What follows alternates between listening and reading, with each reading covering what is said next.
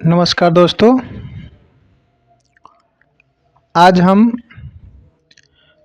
Hindi series का दूसरा video लेकर आए हैं। इसमें हम स्वर के बारे में डिटेल में देखेंगे। स्वर क्या है, कितने प्रकार से बांटते हैं और किस में कौन सा आता है, इस सारी चीज़ों को हम लोग देखेंगे। ठीक है, तो स्टार्ट करते हैं। स्वर, तो स्वर को हम लोग अच भी बोलते हैं। क्या बोलते हैं? अच। जिस तरह से हम लोग का नाम, मान लीजिए स्कूल का नाम गोपाल है, घर पे कोई गोलू बुलाता है, तो मतलब कि जैसे हम लोग का नाम होता है ना दो दो, ऐसे ही स्वर को हम लोग अच भी बोलते हैं। क्या? अच। कोई पूछ ले कि अच के बारे में जानते हो, तो मतलब वो घुमाना चाहता है। स्वर को ही क्या बोलते हैं? अच भी बोला जाता है।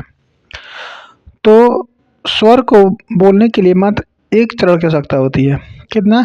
एक चरण। तो पूछ ले कि स्वर को बोलने के लिए कितने चरण की आवश्यकता होती है, तो आप बोलिए कि मात्र एक चरण की आवश्यकता होती है स्वर को बोलने के लिए। जैसे कि एक है राजते इति स्वरा। क्या है? राजते इति स्वरा। इसका हिंदी अर्थ होता है जो स्वयं ही उच्चारित हो जाए। स्वर की यही तो खास बात है कि वो किसी की हेल्प नहीं लेता। स्वर को किसी की ज़रूरत नहीं पड़ती है, वो इंडिपेंडेंट है, वो किसी पे डिपेंड नहीं होता। ठीक है। और वही जो व्यंजन होता है ना, वो स्वर पे डिपेंड होता है और होना पड़ता है। जैसे कि हम क ख ग पढ़ते हैं, तो क को बोलते समय क तो आता ही आता है, क तो आता ही आता है, साथ में अ आता है, यानी एक स्वर भी आता है। तो जो व्यंजन होते हैं उनको बोलने के लिए हमको स्वर की आवश्यकता पड़ती है, यानी वो डिपेंडेंट है।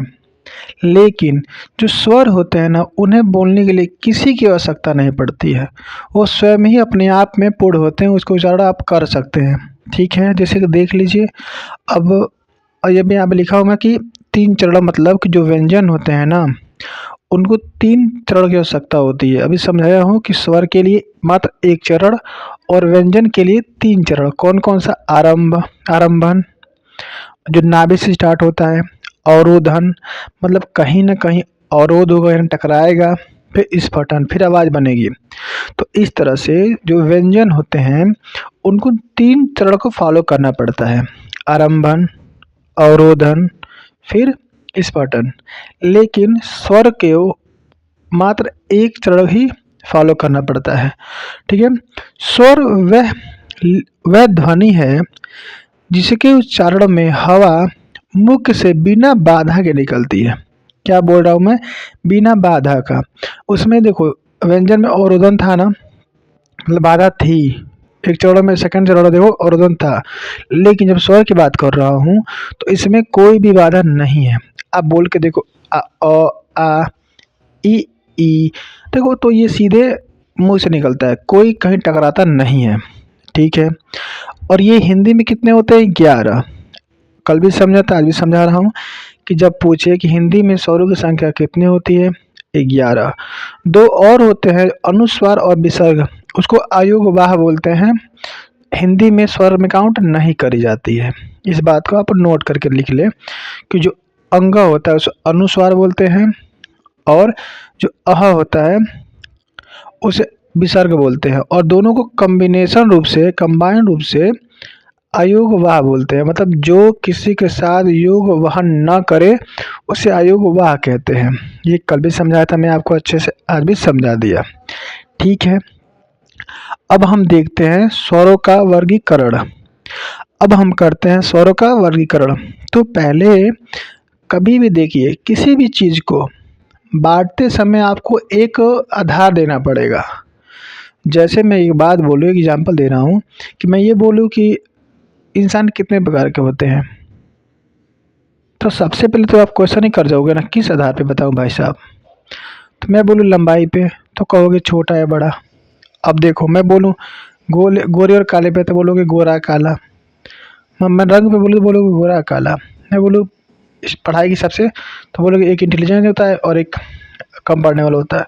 तो एक आधार होता है। इसी तरह से स्वरों का बांटने के लिए, वर्गीकरण करने के लिए हमारे पास 8 मतलब मुख्यतः मैं 8 बताऊंगा आधार जिस पे हम लोग बांटते हैं। तो पहला क्या है, उत्पत्ति के आधार पर, जहाँ से वो उत्पन्न होते हैं सब उनके आधार पे पहला। दूसरा मात्रा के आधार पे, दूसरा क्या है, मात्रा के आधार पे। तीसरा जाति के आधार पे, जो हम लोग यहाँ जाति है वो जाति नहीं, जाति के आधार पे, ठीक है, दूसरा जाति है, ठीक है। जाति भी जाति पढ़े होगे ना, मैथ में तो पढ़ते हो ना, जाति भी जाति से जाति, वैसे कुछ करके, ठीक है। चौथा जीव के भाग या क्रियाशीलता के आधार पे, मतलब जीव के किस हिस्से से वो ध्वनि बन रही है, मतलब वो स्वर बन रहे हैं, जीव के किस हिस्से से वो स्वर बन रहे हैं, इस आधार पे बांटा जाएगा। और आधार नंबर 5वां क्या है, मुख खुलने के आधार पे, ठीक है। तो मुख खुलने और बंद होने के आधार पर भी हम देखेंगे कितने प्रकार के होते हैं, ठीक है। 6वां नंबर ओष्ठाकृति के आधार पे। अब बोलते समय क्या होगा ना कि आपका होठ जो है एक आकृति लेगा, गोल आकृति लेगा।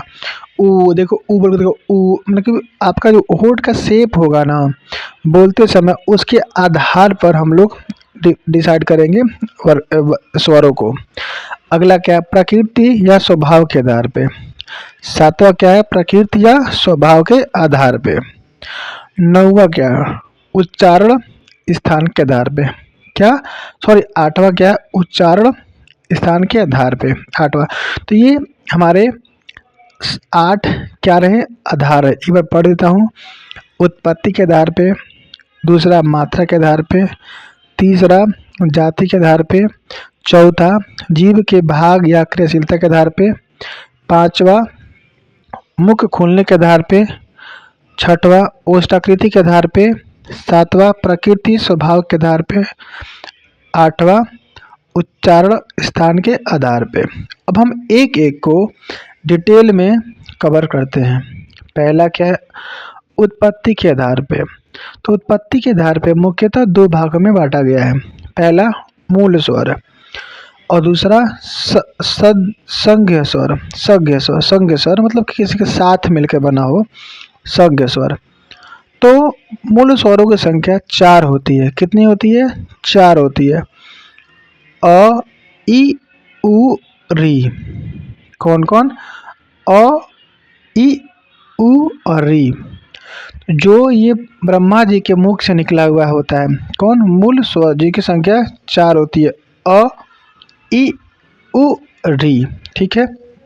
संज्ञ स्वर, ये क्या होता है ना, मेल कराने के बाद बनता है, मतलब कि ये खुद नहीं होते, इनको तोड़ के देखा जाए ना तो ये 2 में आराम से टूट सकते हैं, 2 में आसानी से टूट सकते हैं। तो ये मेल के बाद बनते हैं। ये 2 प्रकार के होते हैं, एक होता है दीर्घ स्वर और एक संयुक्त स्वर। तो संज्ञ स्वर में आता है दीर्घ स्वर जिसकी संख्या 3 होती है, और एक होता है संयुक्त स्वर जिसकी संख्या 4 होती है। तो दीर्घ स्वर 3 कौन कौन से होते हैं, आ, ई और ऊ। कौन कौन है, आ, ई और ऊ, ठीक है। आ देखोगे तो 1 2 अ से मिलकर बना होता है, अ और अ से मिलकर बना होता है आ। और जो ये बड़ी ई होती है, यहाँ पे मिस्टेक हो गया लिखने में, आप लिख लेना, मैं बोल दे रहा हूँ उसे। जो ये बड़ी ई है ना, वो छोटी 2 ई से मिलकर बना होता है। यहाँ पे ई और ई होना चाहिए, मैं स्पष्ट बोल रहा हूँ, आप इसको लिख लेना। जो बड़ी ई है वो छोटी ई और छोटी ई मिलकर के बनी हुई है, ठीक है। ऊ, तो ऊ जो है छोटा ऊ और छोटा ऊ को मिलकर के बना हुआ है कौन, बड़ा ऊ, ठीक है। अब दूसरा क्या है, संयुक्त स्वर। ये 4 होते हैं। तो एक होता है ए, ओ, ए, औ, ठीक है। कौन कौन, ए, ओ, ए, औ, ठीक है। तो जो ए होता है, देखो सब में अ है, सब में पहले अ है, और बाद में बस बाद में चेंज करना है। तो ओ के साथ ई लगा दो तो ए बन गया, ठीक है। ओ के साथ ऊ लगा दो तो ओ बन गया। ओ के साथ ए लगा दो, ए लगा दो तो ए बन गया। ओ के साथ ओ लगा दो, ओ बन गया। इस तरह से ये संयुक्त स्वर है, ठीक है। और संयुक्त स्वर की संख्या कितनी है? 4 है। ए, ओ, ए, औ, ठीक है। ये याद रखिएगा इस तरह से चीज़ें कौन किस में है मात्रा के आधार पर। तो मात्रा के आधार पे 2 प्रकार के होते हैं। एक हिंदी, देखो हिंदी में 2 प्रकार के होते हैं, लेकिन वही सब संस्कृत की बात की जाएगी तो उसमें 3 प्रकार की होती है। मात्रा के आधार पे हिंदी में बात की जाए तो 2 प्रकार का होता है, और संस्कृत में बात की जाए तो 3 प्रकार का होता है, ठीक है। कौन कौन होते हैं देख लो। फर्स्ट यानी पहला, हिंदी है तो बात करते हैं हिंदी में, पहला ह्रस्व स्वर, उसी को बोलते हैं लघु स्वर या एक मात्रिक स्वर। ह्रस्व स्वर, लघु स्वर या एक मात्रिक स्वर। तो ये इनकी संख्या 4 होती है। कौन कौन? अ, छोटी ई, छोटा उ और री। अब अ, ई, उ और री। अ, छोटी ई, छोटा उ और री, कुल मिलाकर संख्या कितना होगी? 4, जिनका उच्चारण करते समय एक चुटकी बजाने तक का समय लगे। मतलब कि आप एक चुटकी बजाओ इसे अ, ई में, ई, उ, री, तो इस तरह से एक चुटकी बजाने तक का समय लगे तो उसे हम लोग ह्रस्व स्वर कहते हैं। दीर्घ स्वर, दूसरा देखो दीर्घ स्वर, उसी को बोलते हैं गुरु स्वर या द्विमात्रिक स्वर। तो दीर्घ स्वर, गुरु स्वर या द्विमात्रिक स्वर। तो इसमें कौन कौन आते हैं? अब जो बच गया ना, 11 होते हैं, हमको मालूम है कि 11 होते हैं, तो 4 वहाँ लिख दिए, बच गया 7, तो उन 7 को यहाँ लिख डालो। कि हिंदी में तो मुख्यतः 2 ही प्रकार थे ना, और 11 हिंदी में होते हैं। तो जो बच गया 7 को यहाँ लिख दो। आ, बड़ी ई, बड़ा उ, ए, ओ और औ, ठीक है। तो आ, ई, उ, ए, ओ, औ, इस तरह से ये 7 होते हैं दीर्घ स्वर या गुरु स्वर। इसी को बोलते हैं द्विमात्रिक स्वर भी बोला जाता है। तीसरा क्या है? प्लुत स्वर या त्रिमात्रिक। क्या बोलते हैं? प्लुत स्वर या त्रिमात्रिक। तो इनका प्रयोग रोने में, गाने में आवाज़, ठीक है। तो इनका प्रयोग कहाँ होता है? रोने में, गाने में आवाज़। जैसे अभी आप देखो त्रिमात्रिक, तो 3 अ, देखो अ मिल के बनेगा। इसको तुम बोलो जैसे बोलो थोड़ा लंबा बोलना है करके, तो और रोको तो बोलोगे तो खींच के बोलना है लंबा तक।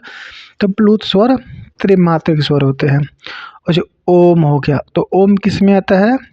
प्लुत स्वर का उदाहरण में आता है ओम। राम, तो देखो राम, राम तो ठीक है, लेकिन राम तो थोड़ा लंबा लेके बोलेंगे, तो वहाँ पे कौन आता है? प्लुत स्वर, ठीक है।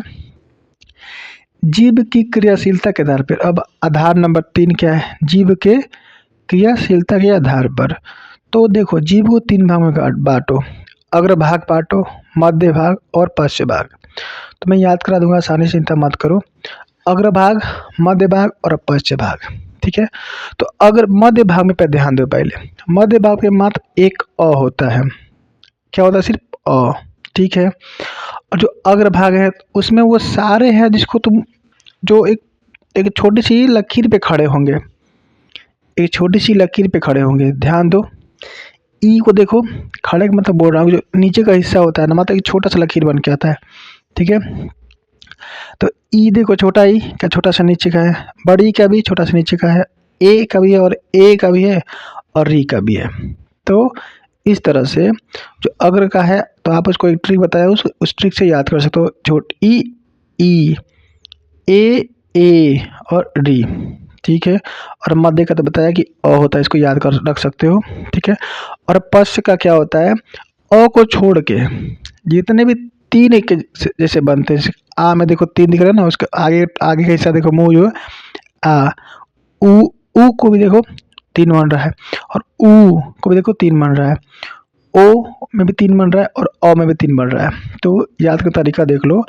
अग्र भाग को तो समझा दिया मैं ट्रिक से, मध्य भाग को तो याद कर लो, अ होता है। और अ को छोड़ के जितने भी 3 टाइप के बनने वाले हैं, आ, उ, ओ औ ये आते हैं पश्च में।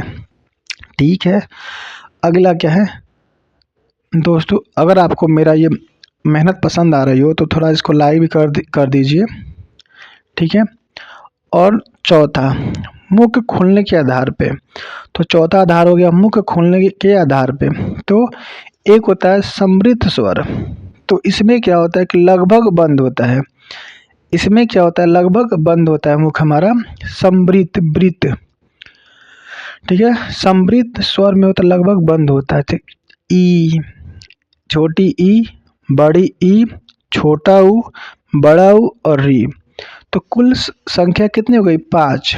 तो समृद्ध स्वर में जो लगभग बंद होता है इसमें मुख, तो छोटी ई, बड़ी ई, छोटा ऊ, बड़ा ऊ और ऋषि री वही री, तो कुल मिला के 5 होता है इसमें।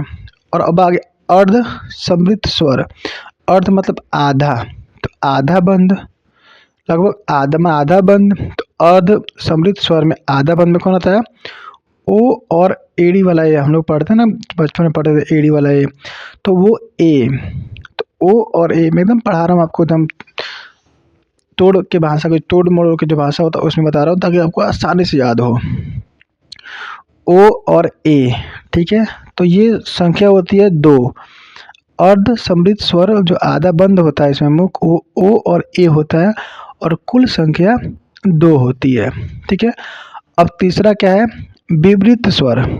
विवृत स्वर इसमें लगभग खुला, लगभग क्या होता है खुला होता है। आ, जैसे कि आ बोल के देखो मुंह खुल जाएगा आपका, और ये मात्र एक होता है। विवृत स्वर की संख्या एक होती है, कितनी होती है एक होती है, जैसे आ होता है। अर्ध विवृत स्वर, तो अर्ध इसमें लग गया, तो अर्ध विवृत स्वर में आधा खुला होगा, जैसे अ, ए, औ, तो अ ए औ, अ ए औ, तो इसमें 3 होता है।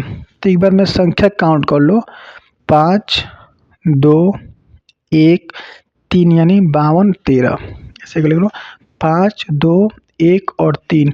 तो मुख खोलने के आधार पर भी हमने कंप्लीट कर लिया। आगे देखते हैं,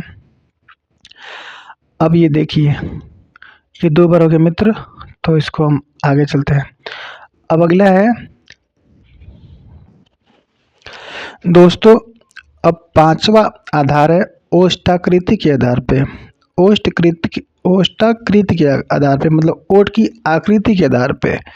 ठीक है, ओठ की आकृति हम बोलते समय ओठ कैसा आकार ले लेगा उसके आधार पे हम बांटेंगे।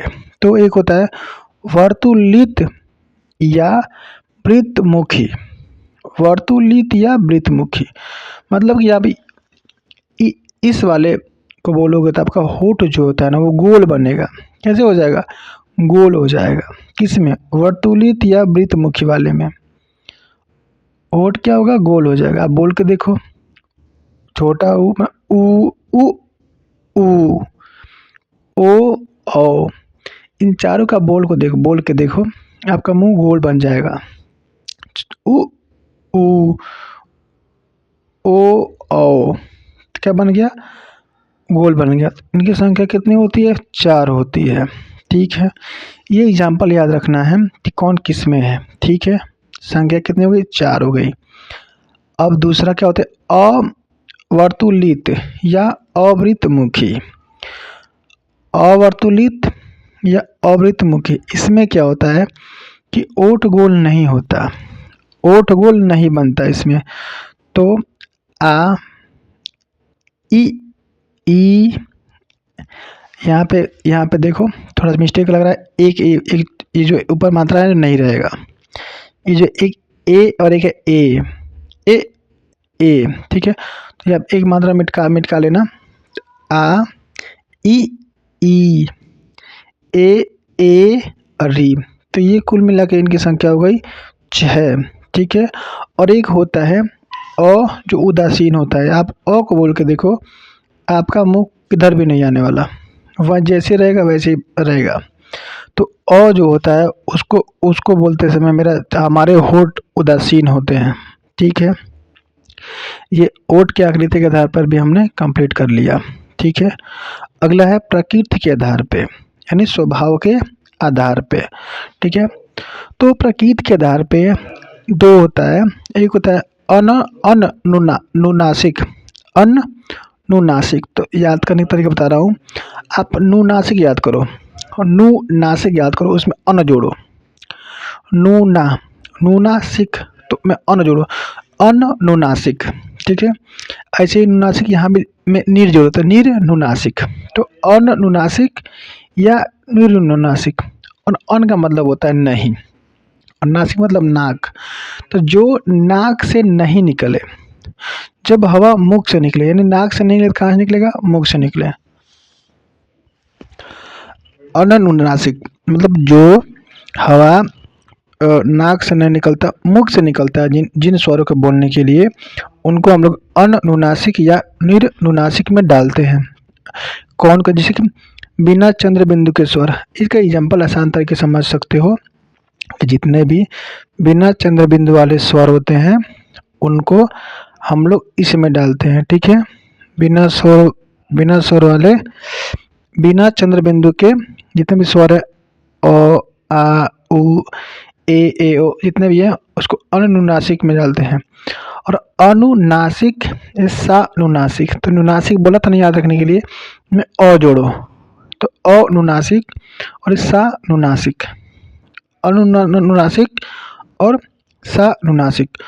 तो इसमें जो चंद्र बिंदु वाले होते हैं ना, उनको ऐड कर जाती है। क्या, जो चंद्र बिंदु वाले होते हैं जिनको बोलते समय जो हवा होती है नाक से निकलती है। ठीक है, वो इसके अंतर्गत आते हैं, जितने भी चंद्र बिंदु वाले होंगे वो। एग्जाम्पल आप कमेंट बॉक्स में बताइए। जाति के आधार पे, अब सातवां हमारा आधार है जाति के आधार पर। तो एक होता है सजाति या सवर्ण, क्या होता है, सजाति या सवर्ण। तो स्वजाति जिसकी अ आ, तो स्वजाति एक जैसे हो गए, ई एक जैसे हो गए, उ एक जैसे हो गया। तो मतलब जो एक जैसे होते हैं, एक जात के होते हैं, उन्हें स्वजाति वर्ण बोलते हैं, स्वर्ण बोलते हैं, या सजाति स्वर बोला जाता है।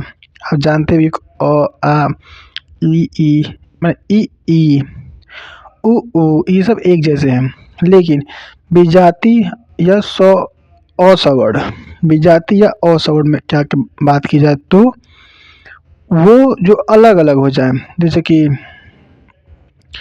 अ उ ए ई ओ, ये सब क्या होते हैं, विजाति है, और ये विजाति के अंतर्गत आते हैं।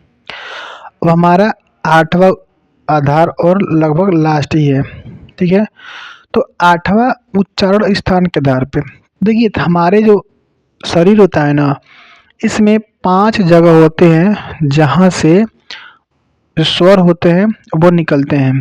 ठीक है, एक होता है गले के पास कंठ, आप फिगर में ध्यान दीजिए, गले के पास कंठ, थोड़ा और ऊपर जाइए तो हमारा जो ऊपर का जो मुंह, जीभ के ऊपर का हिस्सा होता है उसे बोलते हैं तालु। ठीक है, और थोड़ा सा और आगे देखोगे, जो होठ के अंदर के हिस्सा बात करें, अंदर मतलब तालु के थोड़ा आगे, उसे बोलते हैं मूर्धा। क्या बोलते हैं, मूर्धा। आप फोटो में देखिए ध्यान से, हमने लिखा हुआ है। ठीक है, और अगला फिर आता है चौथा दंत, फिर अगला हमारा सबसे बाहर क्या होता है, होठ। तो ये 5 हमारे जगह होते हैं जहाँ से स्वर निकलते हैं, कंठ, तालु, मूर्धा, दंत और ओष्ठ। ठीक है, तो अब बारी बारी देखते हैं कौन कहाँ से निकलता है। तो कंठ, अ आ और अह, ये सब निकलते हैं कंठ से। जिसको अ जैसे तीनों ना, अ के जैसे तीनों के तीनों अ के जैसे ही हैं। तो अ आ और अह ये तीनों कहाँ से निकलते हैं, कंठ से। कौन कौन, अ आ और अह। ठीक है, और तालु, तो अ आ के बाद ई आता है ना, पढ़ोगे तो अ के बाद ई आता है कि नहीं ना, अ आ ई पढ़ते तो ई आए, तो तालु से कौन कौन निकलता है, ई और ई। कौन कौन, ई और ई, यानी छोटा ई और बड़ी ई, ऐसे बोलो। तो ई और ई कहाँ निकलता है, तालु से। ठीक है, मूर्धा, अभी देखो मूर्धा जो होता है ना, उसमें मात्र एक ही निकलता है और री निकलता है। जो तालु का थोड़ा सा आगे का हिस्सा होता है, उसे मूर्धा बोलते हैं ना।